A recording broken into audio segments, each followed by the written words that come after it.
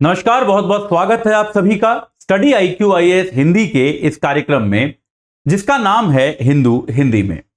हम सभी को पता है कि इस कार्यक्रम में हम क्या करते हैं। इस कार्यक्रम में हम आज के दिन के द हिंदू और इंडियन एक्सप्रेस, ये जो दो प्रमुख समाचार पत्र हैं जो कि यूपीएससी की तैयारी का आधार माने जाते हैं, कॉर्नर स्टोर माने जाते हैं आमतौर पे करंट अफेयर्स के लिए, इन दोनों अखबारों के जो संपादकीय होते हैं, प्रमुख संपादकीय जो आज के दिन में आए हैं, उनमें से इंपॉर्टेंट जो होते हैं उनको हम कवर करने की कोशिश करते हैं, उनको हम एक बार समझने की कोशिश करते हैं हिंदी भाषा में, ताकि हिंदी भाषी छात्र छात्राएं भी जो हैं उनको भी इस बात का एक कमी ना रह जाए उनकी तैयारी में कि ये जो बड़े अखबार हैं, जो महत्वपूर्ण अखबार हैं, क्योंकि ये हिंदी में नहीं आते, इसलिए उनके करंट अफेयर्स के परिप्रेक्ष्य, उनके करंट अफेयर्स के पर्सपेक्टिव डेवलप नहीं हो पा रहे।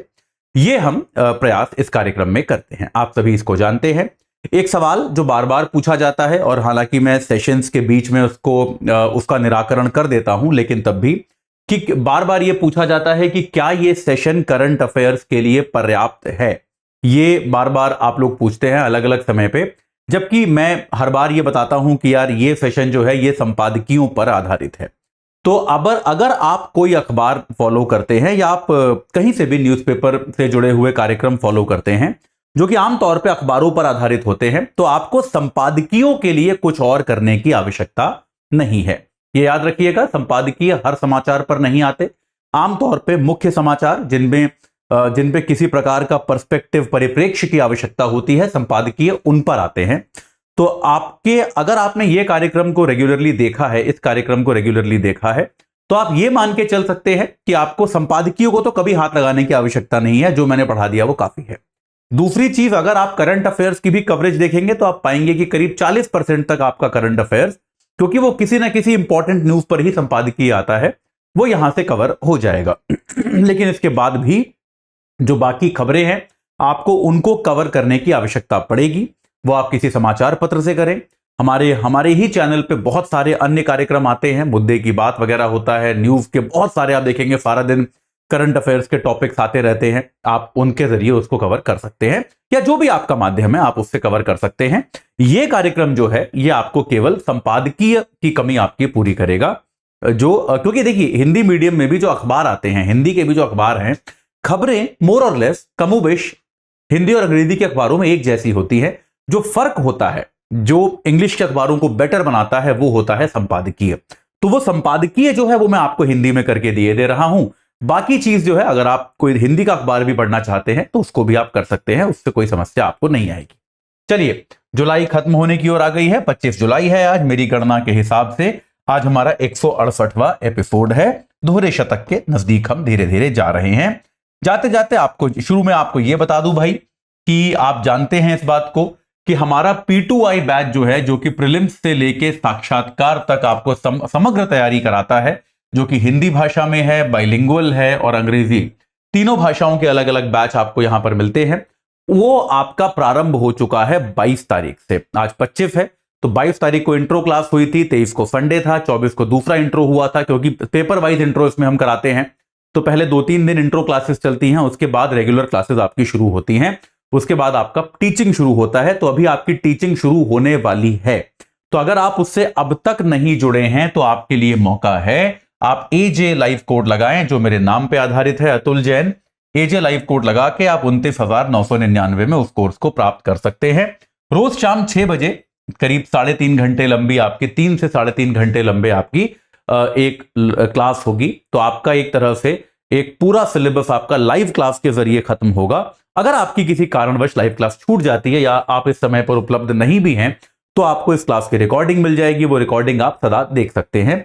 अगले 2 वर्षों के लिए आप जो है इस कार्यक्रम का लाभ उठा सकते हैं। 31 जुलाई इससे जुड़ने की लास्ट डेट है। तो अब 5-6 दिन बचे हैं। मैं आग्रह यही करूंगा, लेकिन आप जैसे जैसे अब आप देर करते जाएंगे आपकी क्लासेस छूटती जा रही है, क्योंकि बैच शुरू हो चुका है।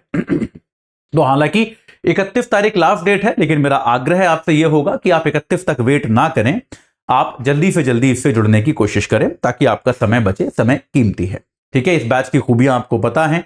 यूपीएससी की तैयारी में जो कुछ भी आप सोच सकते हैं आपको मिलना चाहिए, वो आपको इस बैच में मिलता है। आपकी प्रीलिम्स की तैयारी, आपकी मेंस की तैयारी, और मेंस की तैयारी सामान्य तरीके से नहीं, ऑफलाइन आपको दिल्ली बुलाया जाएगा, वहां पर रखा जाएगा, वहां पे आपको ऑफलाइन तैयारी कराई जाएगी, जिसका कोई अतिरिक्त पैसा आपसे नहीं लिया जाएगा। आपका रहना, आपका खाने पीने का खर्चा, सब कुछ हम लोग बेयर करेंगे। आपके साक्षात्कार की तैयारी, आपको डेली प्रैक्टिस क्वेश्चन, आपको टेस्ट सीरीज, प्रीलिम्स की, मेंस की, सब कुछ आपको इसमें मिलेगा। ठीक है, तो एक कंप्लीट कोर्स है। अगर आप इसको लेंगे तो इसके अलावा आपको और कुछ भी लेने की आवश्यकता नहीं है। एजे लाइव कोड लगाइए, 29,999 में आप इसको प्राप्त कीजिए। अगर आपको मेरे साथ संपर्क साधना है किसी चीज के लिए तो आप याद रखें, अतुल जैन यूपीएससी गाइडेंस मेरा टेलीग्राम चैनल है। इसके जरिए आप इस चैनल पे इस क्लास की प्रेजेंटेशन आती है। अतुल_UPSC मेरा इंस्टाग्राम हैंडल है। atul.jain@studiiq.com मेरा ईमेल आईडी है। इन तरीकों से आप मेरे साथ जुड़ सकते हैं, मेरे से वार्तालाप कर सकते हैं, मेरे से प्रश्न पूछ सकते हैं। ठीक है, चलिए आगे बढ़ते हैं। तो यार, आज का हमारा जो पहला आर्टिकल है जिस पर हम बात करेंगे वो है आपदा प्रबंधन के बारे में। यार, आपदा प्रबंधन आपको पता होगा यूपीएससी के सिलेबस में एक टॉपिक की तरह भी है। यह अपने आप में एक अलग टॉपिक है, अपने आप में आपसे मेंस में पूछा जाता है। डिजास्टर मैनेजमेंट या आपदा प्रबंधन आपके सिलेबस का हिस्सा है। तो आप लोगों में से जो भी लोग मेंस की तैयारी कर रहे होंगे, मैं आशा करता हूं आप सभी कर रहे होंगे, आप लोग आपदा प्रबंधन जो है उसको पढ़ोगे ध्यान से एनीवे। तो आज एक आर्टिकल आया है आपदा प्रबंधन के बारे में, उसके बारे में हम चर्चा करते हैं। तो यार, वो आर्टिकल क्या कहता है कि देखो, पिछले कुछ हफ्तों में, अगर आप पिछले कुछ हफ्ते ही देखो तो आप देखोगे कितनी सारी आपदाओं की खबरें आपने साइमल्टेनियसली यानी कि साथ साथ सुनी कि ऐसी कितनी सारी आपदाएं हैं जो पैरेलल चल रही थी, एक दूसरे के समानांतर चल रही थी। ऐसी कितनी सारी आपदाओं की जानकारी आपको मिली। जैसे विश्व में आपदाओं में बढ़ोतरी हो रही है, यह बात एकदम स्पष्ट है। दुनिया के 3 महाद्वीपों में हीट वेव चल रही थी, यानी कि इतनी अधिक गर्मी हो रखी थी। आप देखेंगे यूरोप के फोटोज आ रहे हैं, ग्रीस के फोटोज आ रहे हैं कि वहां जहां सार्वजनिक फव्वारे लगे हुए हैं, लोग उसके नीचे सर डाल के किसी तरह से खड़े हैं, क्योंकि गर्मी इतनी अधिक है कि वो बर्दाश्त नहीं कर पा रहे।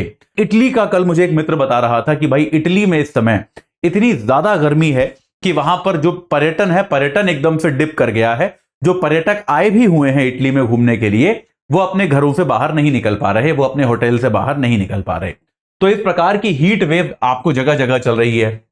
अप्रत्याशित बारिश बताने की जरूरत नहीं है, आप में से ज्यादातर लोग उत्तर भारत में हो। आपने देखा दिल्ली में आसपास के इलाकों में बाढ़ आई, जबकि इन इलाकों में बाढ़ पिछली बार 70 के दशक में आई थी। आमतौर पर बाढ़ यहां पर नहीं आती। अभी गुजरात में बाढ़ आ गई है ना, ये आप देख रहे हो। तो अप्रत्याशित बारिश, अप्रत्याशित न सिर्फ समय के आधार पे बल्कि मात्रा के आधार पे, कि बहुत जगहों पे इस समय बारिश नहीं होती लेकिन हो रही है, बहुत जगहों पे इतनी बारिश नहीं होती जितनी हो रही है, ये आपको देखने को मिल रहा है। जंगल की आग आपने अनेक क्षेत्रों में सुना, कनाडा में सुना हमने, जंगलों में आग लग गई है। तो इस प्रकार की चीजें जो है, और ये सारी चीजें कब बता रहा हूं, ये सब चीजें तो पिछले कुछ हफ्तों में ही हुई है ना। तो अगर आप पिछले 2-3 हफ्तों की ही बात कर लो तो आप देख रहे हो कि पूरी दुनिया में कहीं ना कहीं किसी ना किसी प्रकार की आपदा चल रही है। यह बात सही है, इसमें कोई डाउट नहीं है। तो आपदा एक ऐसी चीज बन गई है, आपदा एक ऐसी समस्या बन गई है जिसके साथ विश्व का एक बहुत बड़ा हिस्सा निरंतर रह रहा है। ऐसा नहीं है कि आपदा कभी कभार कहीं कहीं हो गई, नहीं, दुनिया में हर जगह किसी ना किसी प्रकार की आपदा चल ही रही है।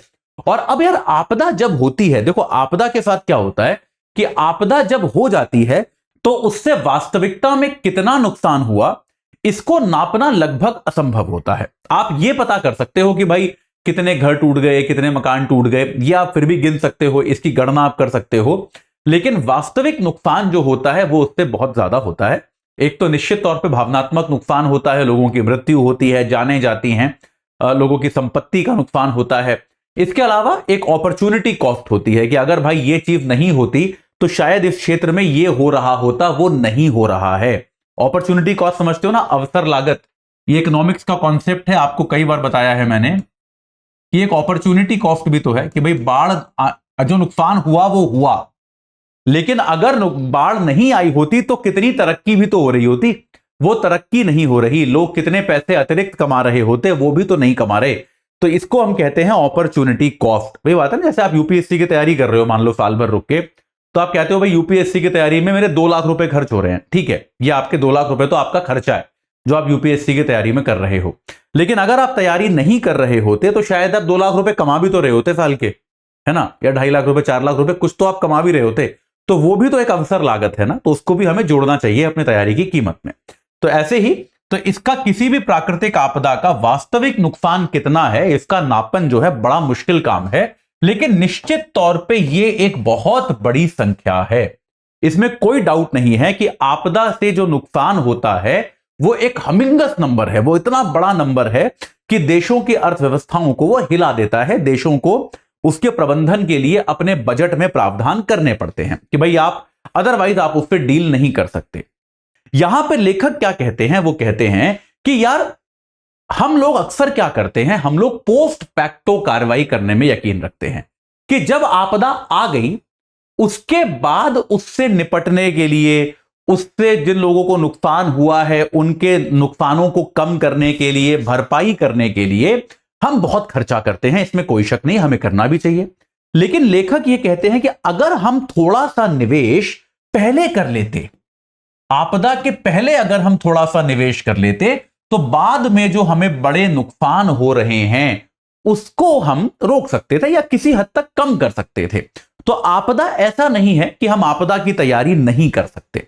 निश्चित तौर पे आपदाएं प्राकृतिक होती हैं कई सारी, तो उनसे निपटना इतना आसान नहीं होता, लेकिन तब भी कुछ हद तक आंशिक तौर पे हम उनके लिए तैयार हो सकते हैं। तो यहां पे ये बताते हैं कि यार 2015 में जापान का एक शहर है सेंदाई, तो सेंदाई में एक बैठक हुई थी जहां पर सेंदाई फ्रेमवर्क की घोषणा की गई थी। अब सेंदाई फ्रेमवर्क जो था बेटा, ये क्या था, यहां पे दुनिया के देश साथ में आके बैठे और उन्होंने यही पर चर्चा की कि यार ये आपदाएं जो दुनिया भर में आती हैं वो किसी भी तरह की हो सकती हैं, प्राकृतिक हो सकती है, मेडिकल हो सकती है, जैसे कोविड-19 भी एक आपदा था। तो यार इस तरह की आपदाओं से कैसे इफेक्टिव तरीके से, प्रभावी तरीके से कैसे निपटा जाए, इसकी घोषणा की गई थी सेंदाई फ्रेमवर्क में।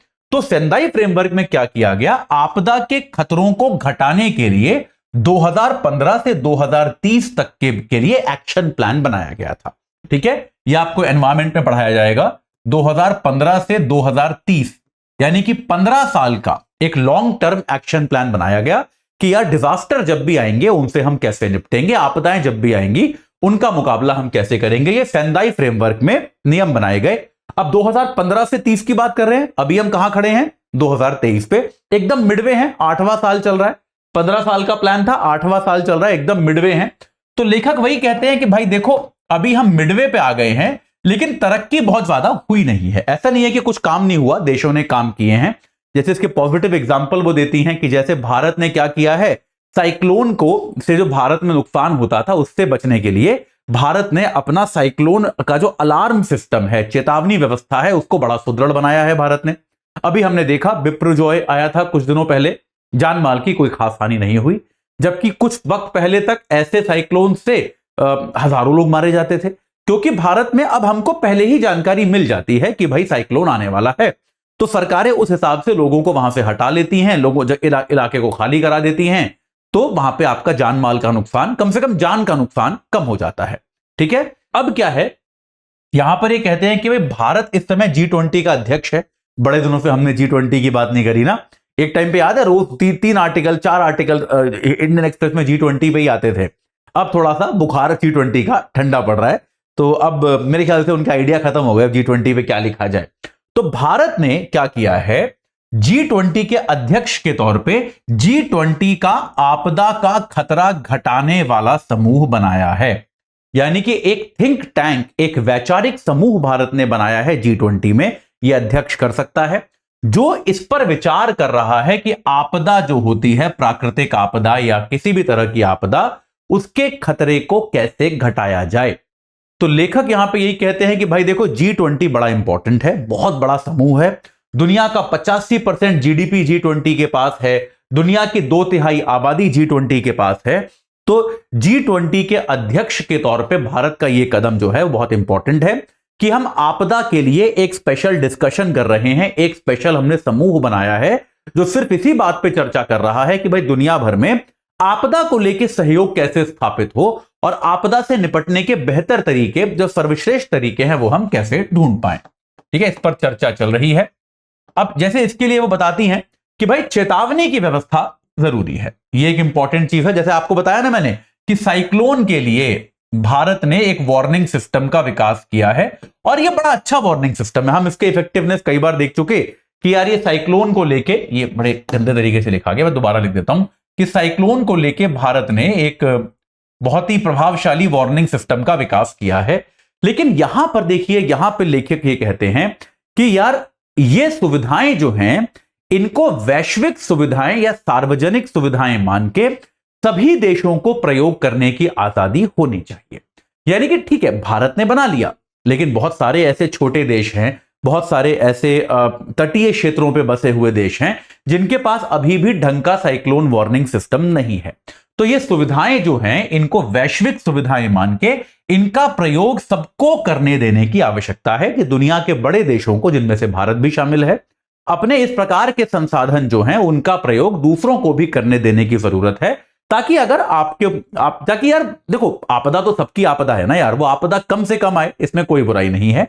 तो ये करने की जरूरत है। जैसे संयुक्त राष्ट्र के जो सेक्रेटरी जनरल होते हैं, महासचिव होते हैं, उन्होंने ये कहा है कि 2027 तक का हमको टारगेट करना चाहिए कि दुनिया में जितने भी आपदा वार्निंग की व्यवस्थाएं हैं, जितने भी आपदा की चेतावनी देने के सिस्टम हैं, वो सार्वजनिक हो जाएं, वो सबके हो जाएं, वो किसी एक देश एक समाज का ना रह जाए, हर कोई उनका प्रयोग कर पाए। ऐसा सिस्टम हमको बनाना चाहिए 2027 तक, ऐसा ये कहते हैं जो यूएन के सेक्रेटरी जनरल साहब हैं। उन्होंने ये एक कहना चाहिए दुनिया से अपील की है कि 2027 तक हम ये ऐसी व्यवस्था बना दें कि ये सुविधाएं सबको मिलनी शुरू हो जाएं और केवल कुछ देशों के पास ये ना रहें।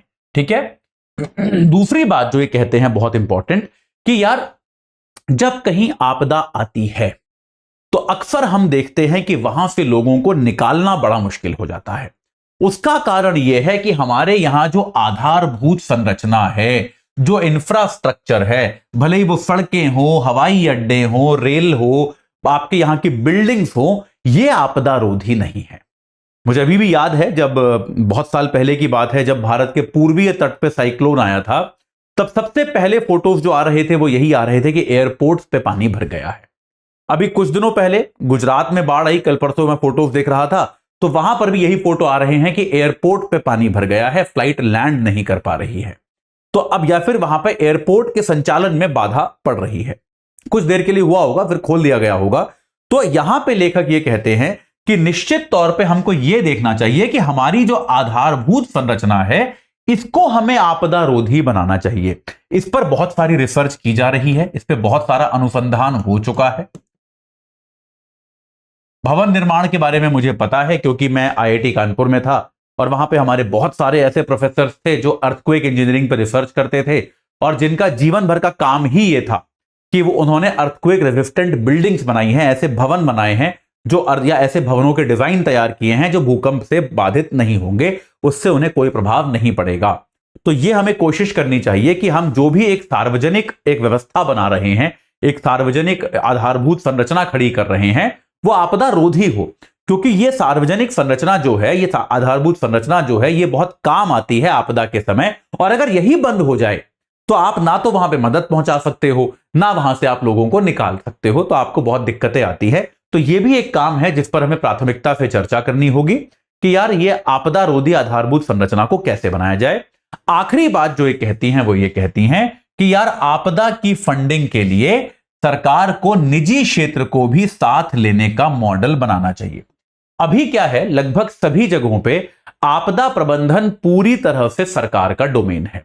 ये कैसे होगा, कैसे किया जाएगा, ये पूरी तरह से सरकारें सुनिश्चित करती हैं, निजी क्षेत्र इसमें कोई योगदान नहीं देता है। इसके लिए वो कहती हैं कि ये सही मॉडल नहीं है। सही मॉडल ये होना चाहिए कि भाई आप निजी क्षेत्र को भी इसमें योगदान लेके आओ, निजी क्षेत्र को भी इसमें साथ रखो। निश्चित तौर पे निजी क्षेत्र को इसके लिए दिखाना पड़ेगा कि भाई यहां पे लाभ है, यहां पर सुविधाएं हैं, लेकिन वो सुविधाएं, वो लाभ आप कैसे उसको कार्यान्वित करना है, इसका मॉडल आपको बनाना पड़ेगा। लेकिन निजी क्षेत्र को भी इसमें योगदान देना चाहिए, क्योंकि जितनी फंडिंग लगती है उतनी फंडिंग सरकार एकत्रित शायद ना कर पाए, जैसा कि हम अर्थव्यवस्था के बाकी क्षेत्रों में भी आजकल पढ़ते हैं। ठीक है, तो एक पूरा होलिस्टिक आर्टिकल था ये आपदा प्रबंधन पे। आपका सब्जेक्ट की तैयारी में भी बहुत ज्यादा ये योगदान देगा, इसको याद रखिएगा। ठीक है, चलिए आगे बढ़ते हैं। हमारा प्रिय पड़ोसी जो कि काफी न्यूज में रहा पिछले कुछ वर्षों तक,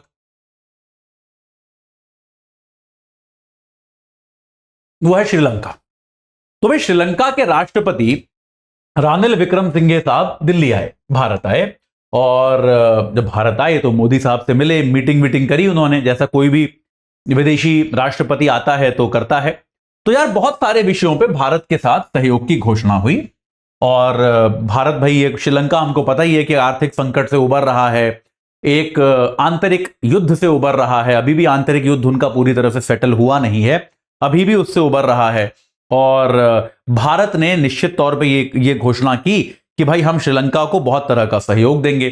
भारत श्रीलंका में इतना इंटरेस्टेड क्यों है, वह फिर भारत जो है वहां पे सहयोग क्यों करना चाहता है? क्योंकि हमको पता है कि श्रीलंका जो है वो भारत का एकदम सीमावर्ती देश है, और भारत ये नहीं चाहता कि भाई चीन की ऑलरेडी श्रीलंका पे जितनी पकड़ है उससे ज्यादा बढ़ जाए, ये भारत नहीं चाहता। ऑलरेडी चीन का काफी दबदबा है श्रीलंका में, लेकिन भारत ये कतई नहीं चाहता कि ये दबदबा जो है ये जितना है उससे अधिक बढ़े। ये जो है भारत जो है इसको प्रेफर नहीं करेगा, ऐसा लगता है।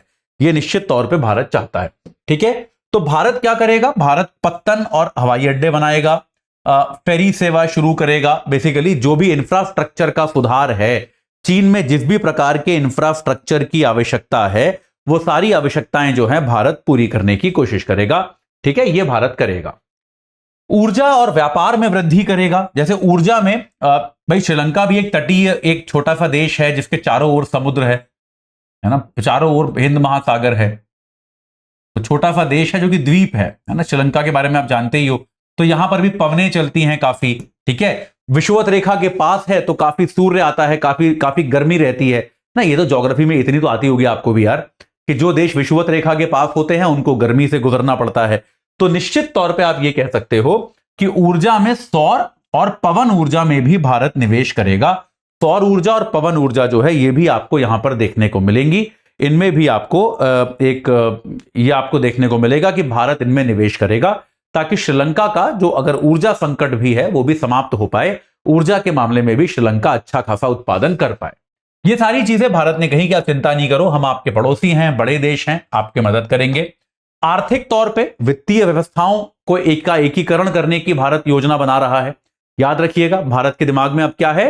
रुपए का अंतरराष्ट्रीयकरण। अब जो है अगले 10 साल तक भारत जो है इसके लिए बहुत तरह के प्रयास करेगा। तो अब जो भी आप अगले साल 2 साल, अच्छा ये चीजें देखो, कई बार क्या होती है, अगर आप लॉन्ग टर्म पॉलिसी समझ जाते हो सरकारों की, तो कई बार क्या होता है कि आपको ज्यादा डिटेल नहीं भी पता हो। कई बार यूपीएससी में सवाल आता है, आपको ज्यादा डिटेल नहीं भी पता हो तो भी आपको 2-4 डिफॉल्ट पॉइंट तो मिल जाते हैं।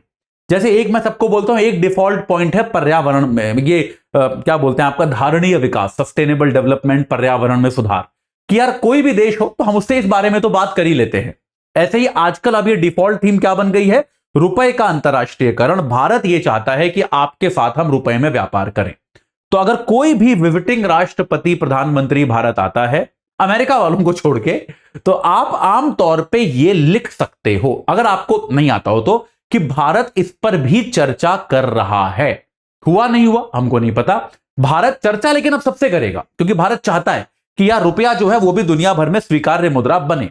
तो ये देखिए, ये सब ट्रिक्स होते हैं यूपीएससी के कई बार, कि आप उत्तर को बढ़िया कैसे बनाओ। आपको पक्का नहीं पता कि यार मान लो वेनेजुएला के प्रधानमंत्री भारत आए, राष्ट्रपति भारत आए, तो आपको नहीं पता कि क्या बात हुई, आपने नहीं ध्यान दिया। ये 1-2 पॉइंट तो आप लिखी आओ कि पर्यावरण के सुधार पे काम हुआ, रुपए के अंतरराष्ट्रीयकरण को लेके वित्तीय क्षेत्र के सहयोग पर बात हुई, निश्चित तौर पे हुई होगी, कोई डाउट ही नहीं है। समझ रहे हो? ये सारे ना की पॉइंट्स होते हैं जो आप यूज कर सकते हो बहुत जगह।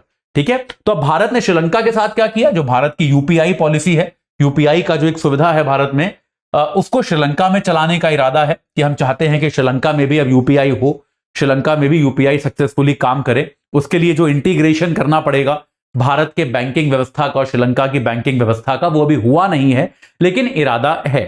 साथ के साथ जो मैंने आपको अभी बताया, व्यापार के लिए रुपए का प्रयोग करने पर भी चर्चा की गई कि भाई हम चाहते हैं कि हमारा जो पारस्परिक व्यापार है वो हम रुपए में करें। हमने चर्चा शुरू की है, अभी हम सहमत नहीं हुए हैं, अभी ये बातचीत कंफर्म नहीं हुई है, लेकिन अभी हमने चर्चा निश्चित तौर पे इस बारे में करनी शुरू कर दी है। यहां पे आर्टिकल क्या कहता है कि 2 ऐसे बड़े मुद्दे हैं, 2 ऐसे प्रमुख विवादास्पद मुद्दे हैं जिन पर अभी भी स्पष्टता नहीं आई है। वो 2 बड़े मुद्दे क्या हैं? पहली है तमिलों की स्थिति और दूसरी है मछुआरों की रिहाई। तो यार तमिलों की स्थिति में हम सभी जानते हैं कि श्रीलंका में एक जो LTTE है था, जो एक आतंकवादी समूह था, liberation tiger for Tamil Eelam. तो एक तमिल समुदाय जो श्रीलंका में रहता है वो ये मानता है कि उनके ऊपर तमाम तरह के अत्याचार किए जा रहे हैं, उनके साथ देश में सही व्यवहार नहीं किया जा रहा। उसके कारण ही उनका एक आतंकवादी समूह बना था LTTE, जो क्या कहता था कि उत्तरी और पूर्वी जो भाग है श्रीलंका का, ये उत्तरी पूर्वी भाग जो है, इसको वो एक ईलम नाम के देश में नया एक अलग देश चाहता था। ठीक है, निश्चित तौर पे श्रीलंका की सेना ने इस आंदोलन को कुचला, इस आतंकवादी संगठन को समाप्त किया, लेकिन तब भी श्रीलंका ने अपने संविधान में एक संशोधन किया था। देखिए, श्रीलंका ने उन्होंने माना कि हाँ भाई, तमिलों के साथ हमारे यहां खराब व्यवहार हुआ है, इसमें कोई शक नहीं है। तो श्रीलंका की सरकार ने अपने संविधान में संशोधन किया था, उसको वो जाना जाता है संशोधन नंबर 13A के तहत। श्रीलंका के संविधान में 13A संशोधन किया गया था, बड़ा मशहूर है ये। और उसके तहत क्या कहा गया था कि हम तमिलों को अपने क्षेत्र को चलाने की अतिरिक्त स्वायत्तता देंगे। जैसा भारत में भी हम कई बार करते हैं ना कि जनजातीय क्षेत्रों में, ट्राइबल क्षेत्रों में हम अतिरिक्त अधिकार दे देते हैं, अतिरिक्त स्वायत्तता दे देते हैं, जो कुछ साल पहले तक हमने कश्मीर को भी दे रखी थी। अब 370 हटने के बाद वो खत्म हो गया। तो श्रीलंका ने अपने संविधान में यह लिखा हुआ था कि 13A संशोधन के तहत हम जो है तमिलों को देश का जिस हिस्से में वो रहते हैं, जहां पे उनकी सरकारें हैं, वहां पर उनको हम अतिरिक्त स्वायत्तता देंगे ताकि उनकी ये जो एक शिकायत है ये खत्म हो जाए। लेकिन अपने इस वादे पर श्रीलंका ने अभी तक अमल किया नहीं है। यह स्पष्ट है कि श्रीलंका ने अभी तक जो है ऐसा नहीं किया है। यह संविधान में कर दिया है लेकिन तब भी इसको लागू नहीं किया है। इसके अलावा भारत के बहुत सारे मछुआरे, जो कि आमतौर पे, देखिए यहां तक भारत है, यहां पर श्रीलंका है ना, यहां तक भारत है, यहां पर श्रीलंका है। तो कई बार तमिलनाडु के मछुआरे जो है वो जलीय सीमा को पार करके श्रीलंका के क्षेत्र में चले जाते हैं और मछुआरे गिरफ्तार हो जाते हैं। आमतौर पे उनको छोड़ दिया जाता है, लेकिन तब भी कई सारे मछुआरे श्रीलंका की जेलों में हैं। तो सरकार उनकी रिहाई की मांग करती है, लेकिन यह रिहाई जो है अभी ठीक तरह से हो नहीं पाई है। तो ये दो विवादास्पद मुद्दे अब भी बाकी हैं। यहां पर आर्टिकल क्या कहता है, द हिंदू क्या कहता है कि भाई भारत और श्रीलंका का जो जॉइंट स्टेटमेंट जारी हुआ, जैसे प्रधानमंत्री मोदी ने यह अपील की, ये उन्होंने अपने बात में अपील की कि भाई तमिलों को आप एक अच्छा सम्मानजनक जीवन देना सुनिश्चित करें, क्योंकि तमिल जो है भारत में भी रहते हैं, तो भारत के लिए भी बड़ा संवेदनशील मुद्दा है। तो प्रधानमंत्री मोदी ने इस बात की अपील जरूर की, लेकिन तब भी जो जॉइंट स्टेटमेंट जारी हुआ दोनों नेताओं का, उसमें इन मुद्दों को मेंशन तक नहीं किया गया, उसमें इन मुद्दों की चर्चा भी नहीं की गई। यानी कि यह स्पष्ट है, इसके दो कारण हो सकते हैं। एक कारण तो यह है कि श्रीलंका जो है वो अब भारत की बात इतनी नहीं सुन रहा है। श्रीलंका ने यह स्पष्ट कर दिया कि यार देखो, आपसे हम बात कर रहे हैं, आपके साथ हम बैठक कर रहे हैं, आप सहयोग करो, कोई दिक्कत नहीं है, लेकिन हमारे इन मुद्दों पर अब आप हमको नहीं बता सकते कि हमें क्या करना चाहिए। इस तरह की बातचीत, यह आंतरिक बातचीत जो है, यह हमारा आंतरिक मामला है, इससे हम निपटेंगे, इस पर आपको नहीं बोलना चाहिए, ऐसा एक तरह से श्रीलंका ने यहां पर कहा। एक इसका इंटरप्रिटेशन यह है कि भारत की घटी हुई पहुंच है अब श्रीलंका के अंदर, कि श्रीलंका में भारत की पहुंच तो है अब भी, लेकिन भारत की पहुंच वैसी नहीं है जैसी पहले हुआ करती थी। भारत की पहुंच, भारत का प्रभाव जो है श्रीलंका पे पहले की तुलना में कम हो गया है। दूसरा एक फैक्टर इसमें यह हो सकता है कि जो रानिल विक्रमसिंघे जी की सरकार है, इनकी सरकार उतनी शक्तिशाली रही है। यह वाला केस ज्यादा इंपॉर्टेंट माना जा रहा है, क्योंकि इनकी एक सहयोगी पार्टी ने कोलंबो में स्टेटमेंट भी दे दिया कि विक्रमसिंघे जी की सरकार के पास कोई खास अधिकार ही नहीं है कि वो इन सारी चीजों पे समझौता कर पाए। तो विक्रमसिंघे जी की सरकार जो है एक मिलीजुली सरकार है, जिसमें ये दूसरे लोगों पर निर्भर है। तो निश्चित तौर पे एक कारण यह भी हो सकता है कि विक्रमसिंघे की जो सरकार है उसके अपने पास इतनी राजनीतिक शक्ति नहीं है कि वो इन चीजों पर कोई निर्णय ले पाए, इसीलिए वो इन चीजों पर बात करने से बच रहे हैं। लेकिन पॉइंट अब भी यही है कि यार भारत और श्रीलंका ने मैत्री की बात की है, संबंध सुधारने की बात की है, लेकिन जो दो सबसे इंपॉर्टेंट मुद्दे हैं, जो दो सबसे ज्वलंत मुद्दे हैं इनके संबंधों के, उनके बारे में किसी प्रकार की कोई चर्चा नहीं की गई है। ठीक है, चलिए आगे बढ़ते हैं। यार ये ये एक ऐसा टॉपिक है जो मैं जब पॉलिटी पढ़ाता था तो मैं हमेशा इस पर चर्चा करता था कि यार ये जो आयोग बनाए गए हैं भारत में बहुत सारे, जैसे महिला आयोग है, अल्पसंख्यक आयोग है, ये बच्चों के लिए कौन सा आयोग बनाया गया है जिसके वो अध्यक्ष हैं अपने कानूनगो साहब, प्रियंक कानूनगो अध्यक्ष हैं उसके, बच्चों के लिए भी एक आयोग है, बाल आयोग है शायद, और अनुसूचित जाति जनजाति आयोग है, ओबीसी वर्ग के लिए एक आयोग है। मैं हमेशा जब मैं पॉलिटी पढ़ाता हूं तो मैं हमेशा उस पर चर्चा करता हूं कि यार ये आयोग जो है ये कर क्या रहे हैं। मतलब ठीक है आपने इनको बनाया, आपके पीछे उसके पीछे एक सोच थी कि यार एक शायद विशेष बल दिए जाने की आवश्यकता है इन वर्गों को आगे बढ़ाने के लिए, या फिर अगर इन वर्गों पर कोई अत्याचार हो रहा है, किसी प्रकार का गलत व्यवहार इनके साथ किया जा रहा है, तो उसके खिलाफ आवाज उठाने के लिए शायद निश्चित तौर पे आवश्यकता है कि आप एक विशेष समिति बनाएं, विशेष समूह बनाएं, कोई डाउट नहीं है इसमें। लेकिन क्या ये आयोग जिस तरह से गठे गए हैं, ये आयोग जो है जिस तरह से गठित किए गए हैं, गढ़े गए हैं जिस तरह से, क्या ये अपने उद्देश्यों की पूर्ति के आसपास भी जा रहे हैं? आसपास भी जा रहे हैं? जवाब है बिल्कुल नहीं। तो मतलब यही एक आर्टिकल है, एक रिटायर्ड आईपीएस ऑफिसर हैं, बड़ी प्रतिष्ठित डीजीपी थी पुलिस की, उन्होंने ये आर्टिकल लिखा है, वो महिला आयोग की बात करती हैं। तो कहती हैं कि भाई 1992 में बड़े उत्साह के साथ महिला आयोग को बनाया गया कि भाई महिलाओं पर ध्यान देने के लिए, उनकी परिस्थितियों में सुधार के लिए एक विशेष आयोग बनाया जा रहा है, बहुत इंपॉर्टेंट है।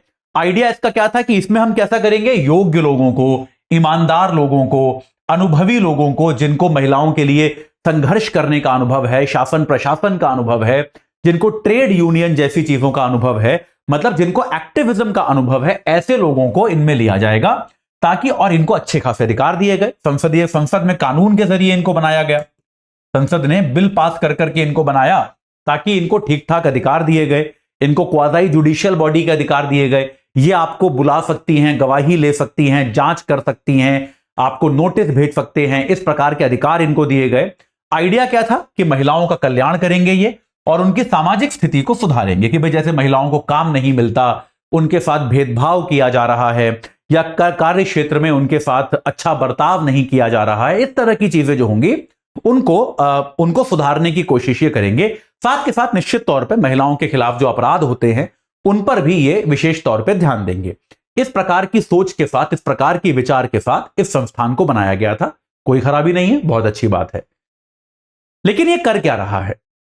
इसकी देखा देखी बहुत सारे राज्यों ने भी अपनी अपनी विधानसभाओं में अपने बिल पास किए और अपने स्वयं के राज्य के महिला आयोग भी बनाए।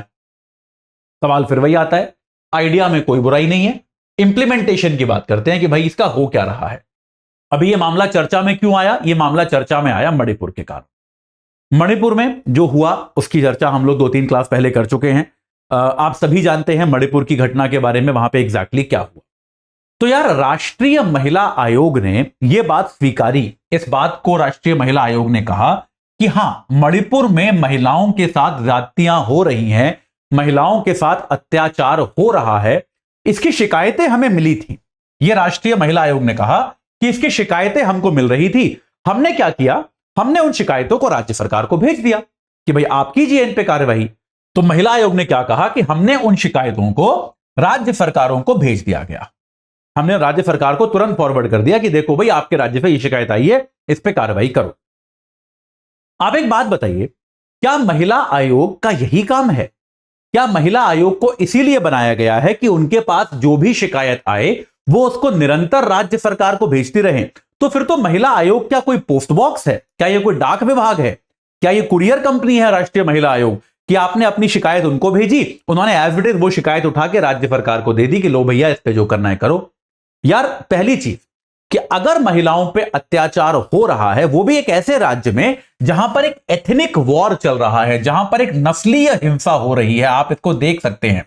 तो नस्लीय हिंसा, आप एक बात बताओ, आप ऐसी कभी भी किसी नस्लीय हिंसा या इतने प्रोलॉन्ग दंगे को जानते हो जहां पे सरकार की भूमिका संदिग्ध ना हो?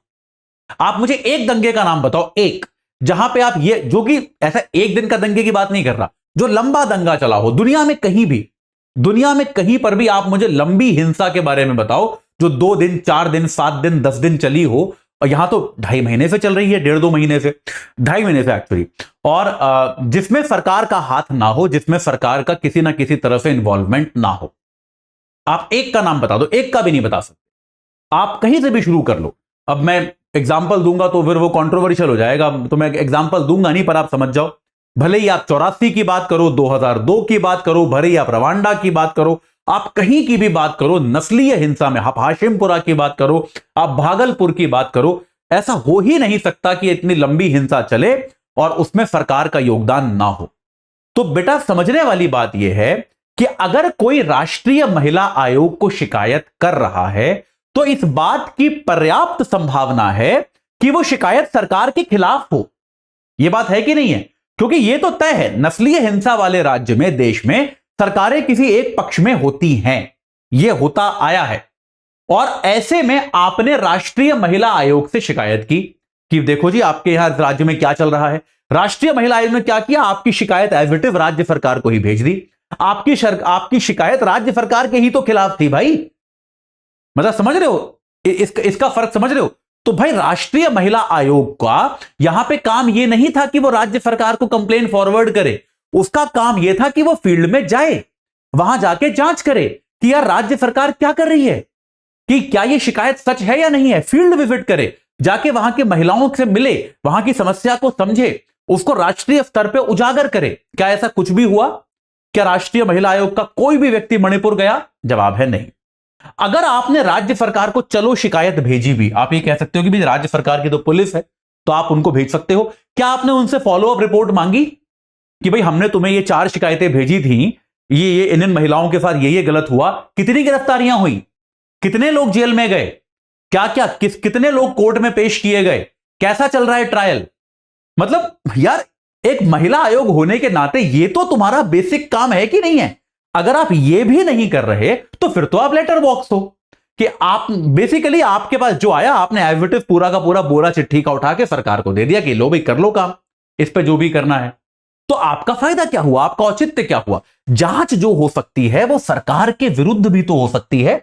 या तो आप सरकार के विरुद्ध, सही तरीका यह है कि भाई एक नस्लीय हिंसा वाले क्षेत्र में आप यह मान के चलो कि सरकार भी पार्टीशन हो सकती है, सरकार भी बायस्ड हो सकती है, आप वहां जाके स्वतः जांच करो। अगर आप ऐसा नहीं भी कर रहे हो और आप सरकार को शिकायत फॉरवर्ड भी कर रहे हो तो भी आपको जाके आपको उसकी रिपोर्ट लेनी चाहिए, वो आपने ली नहीं। तो फिर आपने क्या किया? कोई दौरा नहीं किया, सरकार को ही आप वहां पर भेजते चले गए।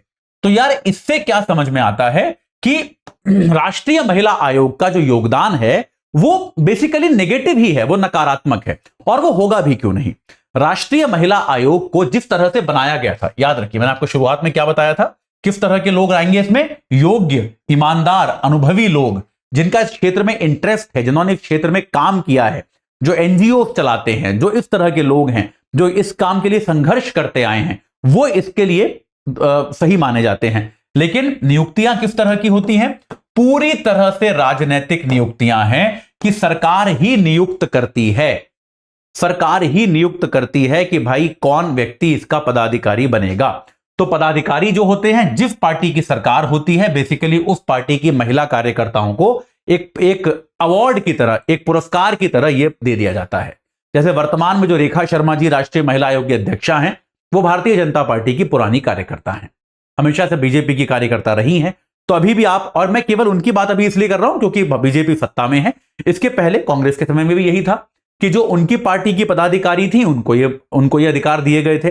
तो वहां पे वो क्या करते हैं, जैसे ही उनसे कहा गया मणिपुर की हिंसा, जैसे पूरी पार्टी कह रही है आजकल, वैसे वो भी कह देंगे लेकिन देखो बंगाल की भी तो हिंसा है।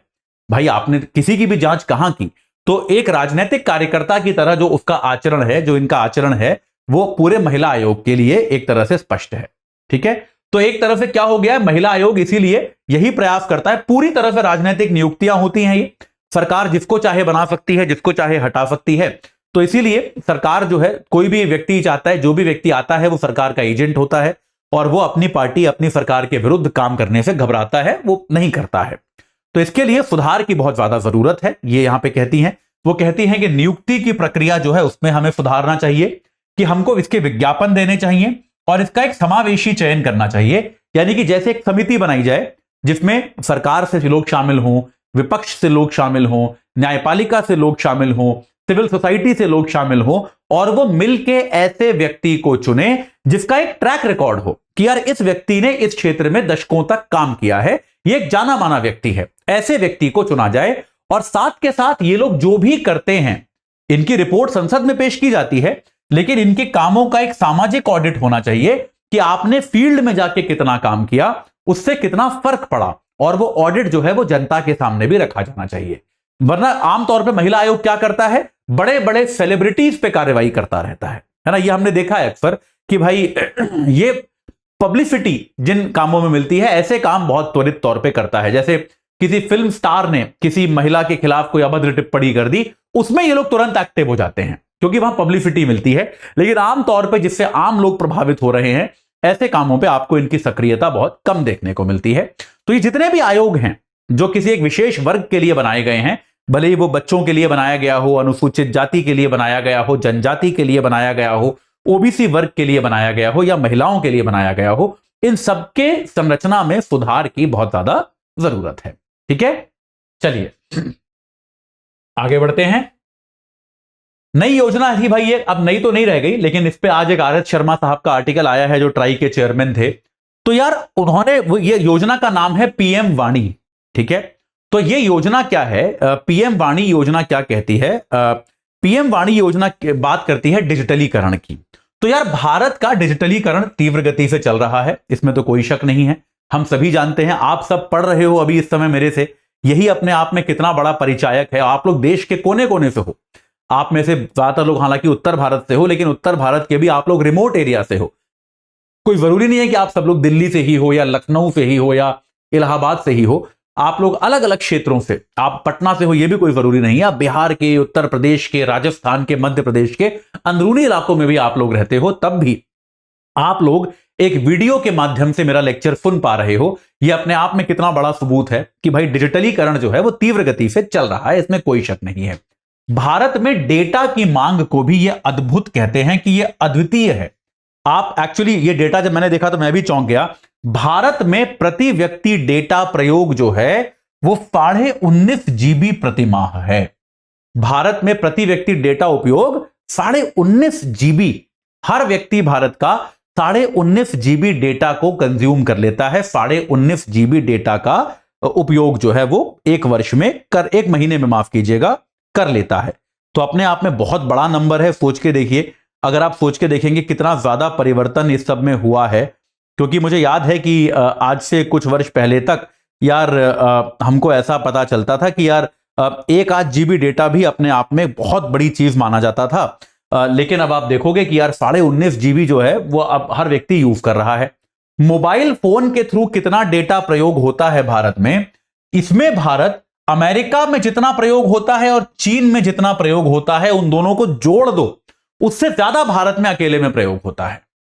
यानी कि मोबाइल फोन के जरिए कितना डेटा प्रयोग हो रहा है, ये जो है ये एक निश्चित तौर पे भारत में तो भारत का जो मोबाइल डेटा का प्रयोग है वो अमेरिका और चीन के डेटा के प्रयोग को अगर आप मिला भी दोगे तो उससे ज्यादा है। तो दुनिया की 2 सबसे बड़ी महाशक्तियां हैं, उनको जोड़ दोगे तो उससे ज्यादा डेटा का प्रयोग भारत में अकेले हो रहा है। तो निश्चित तौर पर डिजिटलीकरण की प्रक्रिया हमारे यहां बहुत तीव्र गति से जा रही है। आर एस शर्मा साहब ये कहते हैं कि केवल ऐसा नहीं है कि बड़े लोग यूज कर रहे हैं, आजकल की तारीख में एक स्कूल के बच्चे को भी ऑनलाइन क्लासेस के लिए, जैसे कोविड में हमने डिस्कवर किया, ऑनलाइन क्लासेस के लिए हर महीने 5 से 6 GB डेटा तो एक बच्चे को भी चाहिए जो ऑनलाइन क्लासेस करता है। आप में से कई लोग हमेशा डेटा के बारे में बात करते हैं लेक्चर्स में कि डेटा जो है वो लग जाता है, इतना यहां पे प्रयोग हो जाता है। तो डेटा का उपयोगिता आपके लिए भी है कि यार आप लोग भी आप देख रहे हैं कि भाई आप भी मोबाइल पे डेटा अपना प्रयोग कर रहे हैं मेरे लेक्चर को सुनने के लिए, हमारे संस्थान के और लेक्चर्स को भी मैं आशा करता हूं आप लोग सुनते होंगे। तो आप लोग यार एक अच्छा खासा डेटा आप लोग भी प्रयोग करते हो दिन भर में पढ़ाई करने के लिए, लेक्चर्स को सुनने के लिए। तो अब पॉइंट क्या है कि बात सही है कि हमारे यहां डेटा सस्ता है। जैसे हमारे यहां डेटा अभी करीब औसतन 7 रुपए प्रति GB की दर पे मिलता है, ठीक है। लेकिन इसमें भी क्या है कि यार कई बार व्यक्ति को हर समय डेटा की आवश्यकता नहीं होती। कि क्या होता है कि डेटा के हमारे यहां जो पैकेज है वो इस तरह के हैं कि व्यक्ति एक परमानेंट सब्सक्रिप्शन लेना पड़ता है व्यक्ति को, और व्यक्ति ये सोचता है कि मेरे को तो रोज डेटा नहीं चाहिए, मेरे को तो डेटा कभी कभी चाहिए, हर समय नहीं चाहिए।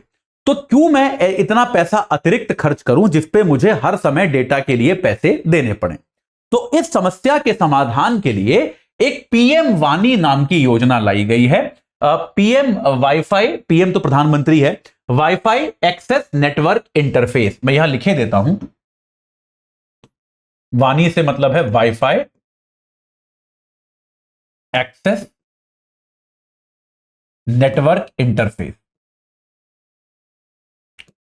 तो ट्राई ने इसका एक, जो भारत के टेलीकॉम रेगुलेटरी है, उसने इसका एक 2017 में रिकमेंडेशन दिया था कि इस तरह की हमको योजना लानी चाहिए।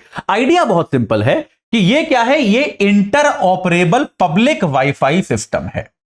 Inter operable public wifi system को आप ऐसे समझो जैसे, अब पता नहीं आप लोगों ने देखे कि नहीं देखे, जब हम लोग छोटे थे तो पीसीओ होते थे, आप लोगों ने शायद पिक्चरों में देखे होंगे या फोटोज देखे होंगे, पब्लिक फोन बूथ होते थे, है ना। तो पब्लिक फोन बूथ में क्या होता था, पीसीओ की दुकानें होती थी। जब हम छोटे थे हमारे घर में फोन नहीं था जैसे, तो यार हम क्या करते थे, जैसे मान लो आपको किसी मित्र को या किसी रिश्तेदार को फोन करना है, तो वो पब्लिक फोन है, आप वहां जाओगे, वो पीसीओ वाले ने उसके साथ एक मीटर लगा रखा होता था, आप उठा के नंबर डायल करोगे, आपका मीटर चालू हो जाएगा, जितना आपका बिल आएगा उतना पैसा आपको देना पड़ेगा। ये पीसीओ सिस्टम था। धीरे धीरे मोबाइल फोन आ गए तो ये पूरा बिजनेस खत्म हो गया। लेकिन आप में से कई लोगों ने देखे होंगे, आपके शहर अब तो नहीं बचे होंगे कहीं पर भी, लेकिन आमतौर पे लोग जानते हैं, पीसीओ के सिस्टम को लोग जानते हैं। तो ऐसा ही अगर हम एक वाईफाई का पीसीओ जैसा चला लें, आइडिया इसमें यह है कि कोई एक एंटरप्रेन्योर क्या करेगा, वो एक इस प्रकार की जगह बनाएगा, वो अपनी दुकान पे एक छोटा सा, इसमें क्या करेगा, पुराने आकार के, ये पुराने समय की पीसीओ जैसा होगा, और ये सैशे आकार का, यानी कि 5 रुपए 10 रुपए का वाईफाई, कि भाई आप 10 रुपए दो, 1 जीबी डेटा आप ले लो। तो इसमें होगा क्या, मान लीजिए मैं एक दुकानदार हूं, मैं अपनी दुकान में यह व्यवस्था लगाना चाहता हूं, तो मुझे अप्लाई करना पड़ेगा, इसका मैं सब्सक्रिप्शन लूंगा, इसके लिए कोई लाइसेंसिंग फीस नहीं है। तो मेरे दुकान में क्या कर लिया जाएगा, एक इस प्रकार का राउटर लगा दिया जाएगा, एक इस प्रकार का वाईफाई का राउटर लगाया जाएगा, जिसको किसी नेटवर्क से कनेक्ट कर दिया जाएगा। उसके बाद सरकार एक ऐप बनाएगी। तो मान लीजिए कोई भी व्यक्ति जो इस सेवा का उपयोग करना चाहता है, वो जैसे ही मेरी दुकान के आसपास से गुजरेगा, उसको दिख जाएगा कि इस वाली दुकान में या यहां पर ये वाली सुविधा उपलब्ध है। अगर उसको डेटा का प्रयोग करना है तो वो सिंपली अपनी एक उस ऐप पे लॉगिन करेगा, मेरे राउटर से वो कनेक्ट करेगा, ऑनलाइन ही पेमेंट कर देगा। मान लीजिए उसे 5 रुपए का डेटा चाहिए, तो 5 रुपए का पेमेंट वहीं करेगा, और मेरे राउटर से 5 रुपए का डेटा जो है वो प्रयोग करके, जैसे ही उसकी समय सीमा खत्म होगी या उसकी डाउनलोड लिमिट खत्म होगी, वो डेटा वाउचर खत्म हो जाएगा। तो जैसे बच्चे हैं, शर्मा साहब कहते हैं कि पहले हमको लगा था कौन प्रयोग करेगा, लेकिन जो हमने लगाया, हमने देखा कि स्टूडेंट्स, कॉलेज के स्टूडेंट्स अक्सर अपना कुछ काम करने के लिए, असाइनमेंट करने के लिए, या गाने डाउनलोड करने के लिए, यार किसी भी चीज के लिए सही, वो 10-10 रुपए का डेटा खरीद रहे हैं, दुकानों पे जा रहे हैं, 5 रुपए 10 रुपए का डेटा खरीद रहे हैं, उस डेटा को खत्म कर रहे हैं और आगे बढ़ रहे हैं। तो ये प्रैक्टिकल जो है, ये इसका प्रैक्टिकल इस्तेमाल किया जा रहा है। आइडिया यह है कि भारत में अभी भी 10% से कम घरों में ब्रॉडबैंड कनेक्शन है। हमारे यहां मोबाइल भले ही बहुत चलते हैं, लेकिन ब्रॉडबैंड कनेक्शन घरों में कम है। तो एक विस्तृत डाउनलोड इत्यादि की सुविधा जो है वो लोगों को उपलब्ध नहीं है, जिसके लिए लोग इस सेवा का प्रयोग कर सकते हैं। और ये जो भारत का एक डिजिटल डिवाइड है, जहां पे बहुत संख्या में लोग आमतौर पे लोगों को आसानी से डेटा नहीं मिल पाता, उसको ये समाप्त करेगा। ठीक है, ऐसा इसमें मानना है। इसके अलावा यार, आप अगर अपनी शॉप, एक तो इस उद्यमी का विकास होगा, ये उद्यमी इसमें पैसा कमा रहा है। इसके अलावा अगर मेरी दुकान पे मैं ऐसा छोटा छोटा डेटा बेच रहा हूं, तो हो सकता है शहर के अन्य जो उद्यमी हैं वो भी मेरी दुकान से डेटा प्रयोग करके अपने उद्योगों का विकास करें। तो इंटरनेट पे आधारित जो अर्थव्यवस्था है वो भारत के एकदम आखिरी गांव तक पहुंच पाएगी, इसको सुनिश्चित किया जा सकता है, इसके आसार बढ़ जाएंगे। ये इसका एक और लाभ है। ठीक है, तो ये एक इंपॉर्टेंट चीज है। इसमें कुछ चुनौतियां हैं, जैसे इसकी बिजनेस वायबिलिटी जो है वो अभी तक सवालों के घेरे में है, क्योंकि भारत में आमतौर पे फोन पे डेटा बहुत सस्ता है। तो आप देखेंगे इसकी बिजनेस वायबिलिटी पे बहुत सवाल उठे हैं। हालांकि शर्मा साहब ने ऐसा लिखा है कि इसकी बिजनेस वायबिलिटी में कोई दिक्कत नहीं है, लेकिन तब भी मैं कुछ और आर्टिकल इस पर पढ़ रहा था पीएम वानी पर, तो उसमें कहा गया है कि भारत में घरेलू डेटा, आमतौर पे जो फोन का डेटा है वो इतना सस्ता है कि कोई ग्राहक को शायद अतिरिक्त कुछ खरीदने की जरूरत तभी पड़ेगी जब उसे कुछ बहुत ही विस्तृत डाउनलोड करना है, वरना उसे ऐसी कोई आवश्यकता नहीं आएगी। पहली चीज यह है। दूसरी चीज यह है कि इसमें हमें सुरक्षा प्रोटोकॉल का ध्यान देना पड़ेगा। आमतौर पे जैसे अगर आप मान लीजिए किसी मोबाइल कंपनी से डेटा कनेक्शन लेते हैं तो वो आपका केवाईसी करती हैं। वो ये सुनिश्चित करती हैं कि आपका एड्रेस प्रूफ उनके पास हो, आपका आईडी प्रूफ उनके पास हो। यहां पर अगर आप चलते फिरते किसी दुकान से कनेक्शन ले रहे हो तो आपका केवाईसी कैसे होगा, जो डिजिटल सुरक्षा के प्रोटोकॉल्स हैं वो कैसे लागू होंगे, ये एक चुनौतीपूर्ण बात इसमें आ सकती है। ये भी आपको याद रखनी है। ठीक है, चलिए आगे बढ़ते हैं, समय हमारा होने चला है धीरे धीरे। आखिरी आर्टिकल है, छोटा सा है। तो भाई अभी आसियान जो ग्रुप है, आसियान ग्रुप के विदेश मंत्रियों की हुई बैठक। ये हमारे विदेश मंत्री जी हैं, बड़ी शानदार शर्ट पहनी थी इन्होंने। मुझे ये इसीलिए याद था, मैंने कहा जयशंकर साहब की शर्ट मेरे को बड़ी शानदार लगी थी। जकार्ता में थी तो वहां की जो एक थीम होती है भाई वहां पर कि आप ऐसे समुद्र तटीय क्षेत्रों में हो, तो उस प्रकार की शर्ट इन्होंने पहनी थी। अब देखिए यहां विदेश मंत्रियों की बैठक हुई थी जकार्ता में आसियान के। भारत आसियान का सदस्य नहीं है, 10 सदस्य हैं आसियान में, भारत उसमें नहीं है। लेकिन भारत एक बहुत ही नजदीकी सहयोगी है आसियान का, तो भारत को वहां निमंत्रित किया गया। देखिए इंपॉर्टेंट चीज क्या है, भारत की ओर से जयशंकर साहब वहां गए, जबकि उसी समय पे प्रधानमंत्री जो है फ्रांस वगैरह गए थे। ठीक है, आपको याद होगा प्रधानमंत्री साहब जो है हमारे फ्रांस गए थे। तो जयशंकर साहब पीएम साहब के साथ फ्रांस नहीं गए, जो कि इंपॉर्टेंट यात्रा थी, बल्कि आसियान गए। यानी कि यह दिखाता है कि आसियान में भारत की गहरी रुचि है। भारत का मतलब इंटरेस्ट है कि आसियान के साथ भी हम अच्छे स्तर पे संबंध बना के रखें, यह भारत चाहता है। यह भारत के लिए एकदम क्लियर है कि प्रधानमंत्री जी के साथ वो वहां पर नहीं गए बल्कि यहां पे गए। तो अब यहां पे आसियान के बारे में हमें क्या बताता है यह आर्टिकल, कि क्षेत्रीय सहयोग, वैश्विक अर्थव्यवस्था में अधिक योगदान, जीवन स्तर में सुधार और धारणीय विकास पे बल। यह समझाने की जरूरत है क्या? एक समूह है, आपके जो इंडो पैसिफिक के 10 देश हैं उनका समूह है, तो आपस में सहयोग करेंगे, दुनिया की अर्थव्यवस्था में हमारा ज्यादा योगदान हो, हमारे नागरिकों का जीवन बेहतर हो। धारणीय विकास तो आप हर जगह डाल देना, जहां भी आपको 4 देश साथ बैठे बात करते देखें, ये तो लिख ही देना कि उन्होंने जलवायु परिवर्तन, धारणीय विकास इस पर बात की। ये तो होगा ही होगा, मतलब कोई डाउट ही नहीं है। ठीक है, इंपॉर्टेंट चीज ये है कि आसियान में अभी भी चीन का अति प्रभाव एकदम स्पष्ट है। ये एकदम क्लियर है कि आसियान जो है यार वो अभी भी चीन के दबदबे में है। ठीक है, चीन ही दरअसल इस पूरे समूह को चलाता है। चीन इसका सदस्य नहीं है लेकिन तब भी इसको चलाता है। जैसे लाओस, कंबोडिया, म्यांमार तो ऐसे देश हैं जो लगभग चीन के एक तरह से निर्भर ही हैं। चीन पर पूरी तरह से वो निर्भर हैं अपनी सारी प्रक्रियाओं के लिए। ये देश तो इस तरह के देश हैं। तो चीन का जो दबदबा है वो एकदम स्पष्ट है। इसीलिए म्यांमार पर भी कोई स्टैंड जो है आसियान ले नहीं पा रहा है। देखो म्यांमार में सैन्य सत्ता है, हमको पता है, लोकतांत्रिक व्यवस्था को वहां पे तहस नहस किया गया है म्यांमार में। तो उसके कारण आसियान ने म्यांमार को निलंबित कर दिया है। जो उनका सदस्य था म्यांमार, उनको वो बैठकों में नहीं बुलाते, उनको निलंबित कर दिया है। लेकिन तब भी, उसके बावजूद भी थाईलैंड जैसे है, तो थाईलैंड जो है वो अपने संबंध बना के रखे हुए है। आपको मैंने बताया कि थाईलैंड में भी धीरे धीरे सैन्य सत्ता आ रही है। तो थाईलैंड की सरकार ने म्यांमार से अपने संबंध बना के रखे हैं, लेकिन ये लोग सब खुल के म्यांमार की आलोचना, माफ कीजिएगा, थाईलैंड की आलोचना भी नहीं कर पा रहे। इसके अलावा जो भारत प्रशांत क्षेत्र है, इंडो पैसिफिक क्षेत्र जो है, जहां पे सारे देश हैं, वहां पे चीन बहुत आक्रामक है, ये हम सभी जानते हैं। इसलिए अमेरिका भी इंटरेस्टेड है, बाकी सारे देश भी इंटरेस्टेड है उस क्षेत्र में कि चीन की जो आक्रामकता है उसको कंट्रोल किया जाए, उसको नियंत्रित किया जाए। उस चीन की आक्रामकता को भी ये अनदेखा करते जा रहे हैं।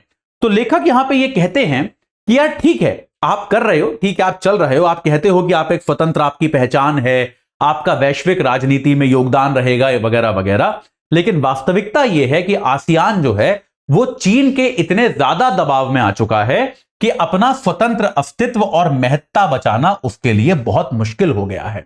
लगभग ऐसा माना जाने लगा है कि जैसा चीन सोचता है, जैसा चीन कहता है, जैसा चीन करता है, बिल्कुल वैसा ही आसियान भी सोचता, समझता और करता है। और दोनों में कुछ ज्यादा फर्क रह नहीं गया है, जो कि एक चिंताजनक बात है, जो कि एक दुर्भाग्यपूर्ण बात है किसी भी समूह के लिए, कि उसका अपना एक स्वतंत्र अस्तित्व जो है उस पर ही प्रश्न चिन्ह लग जाए।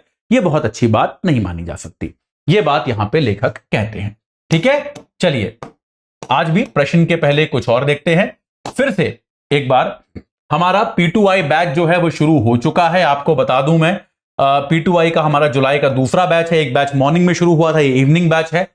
हिंदी में है, बाइलिंगुअल है, अंग्रेजी में है। एजे लाइव कोड अगर आप लगाएंगे मेरे नाम पे जो आधारित है तो आपको 29,999 में ये मिल जाएगा। याद रखिएगा, अभी तक इंट्रो क्लासेस चल रही हैं, लेकिन कल परसों से उसमें प्रॉपर पढ़ाई शुरू हो जाएगी। तो अगर आप नहीं जुड़े हैं तो तुरंत जुड़ जाइए, आपकी क्लासेस मिस नहीं होनी चाहिए। रोज 3-3.5 घंटे की लाइव क्लास होगी, उसमें आप लाइव क्लास में टीचर से वॉइस पे डाउट पूछ सकते हैं। ये सारी सुविधाएं आपको उपलब्ध हैं। आपको हैंड रिटन नोट्स मिलते हैं, प्रिंटेड नोट्स मिलते हैं, किताबें मिलती हैं आपको प्रिंटेड, आपके घर जाएंगी किताबें कुरियर से। आपको टेस्ट सीरीज मिलेगी, प्रीलिम्स की भी, मेंस की भी। आपको प्रैक्टिस क्वेश्चंस मिलते हैं डेली आंसर राइटिंग के लिए, और आपको एमसीक्यू मिलते हैं डेली आपके लिए। और अगर आपका प्री क्लियर होता है तो मेंस की तैयारी के लिए आपको ऑफलाइन तैयारी के लिए बिना किसी अतिरिक्त खर्चे के दिल्ली बुलाया जाता है, आप वहां पर आ सकते हैं। ठीक है, तो 31 जुलाई लास्ट डेट है, जल्दी से जल्दी जुड़िए, देर मत कीजिए। आपकी तैयारी को एकदम सॉलिड, एक कॉन्क्रीट एक आकार जो है ये कोर्स देगा। एजे लाइव लगाइए, 29,999 में कोर्स को प्राप्त कीजिए। मेरे साथ अगर आपको जुड़ना है, मेरे साथ कोई आपको सवाल पूछना है तो ये तरीके हैं। अतुल जैन यूपीएससी गाइडेंस पे इस क्लास की प्रेजेंटेशन आ जाएगी। अतुल_UPSC मेरा इंस्टाग्राम हैंडल है। atul.jain@studiiq.com मेरा ईमेल आईडी है। इन तरीकों से आप मेरे साथ भी जुड़ सकते हैं। अब जल्दी से आज के प्रश्न देख लेते हैं। बहुत आसान सवाल हैं आज के।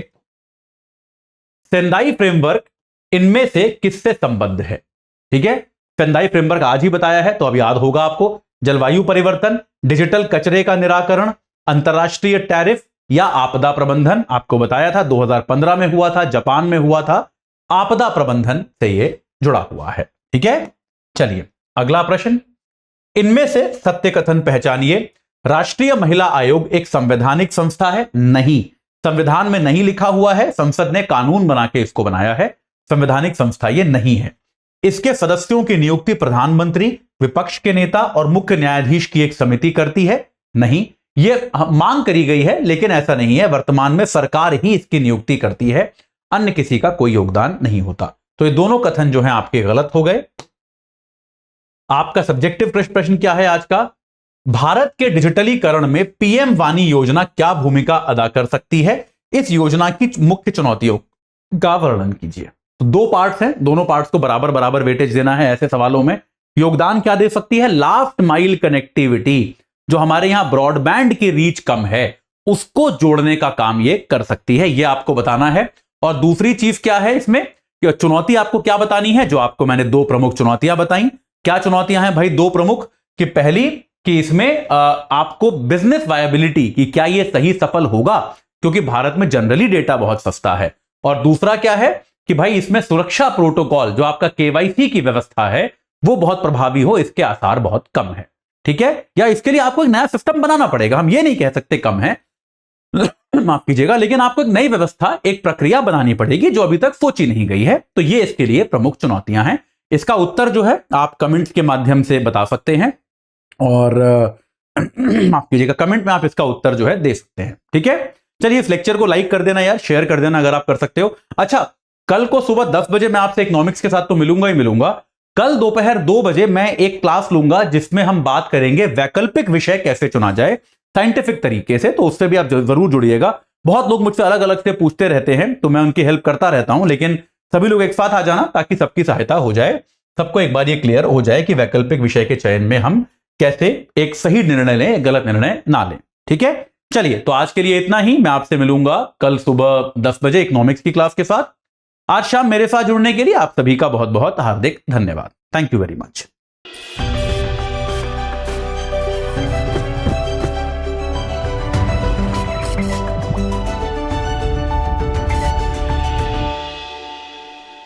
हिंदी में यूपीएससी की तैयारी से संबंधित प्रोग्राम्स को देखने के लिए सब्सक्राइब करें स्टडी IQ IAS हिंदी।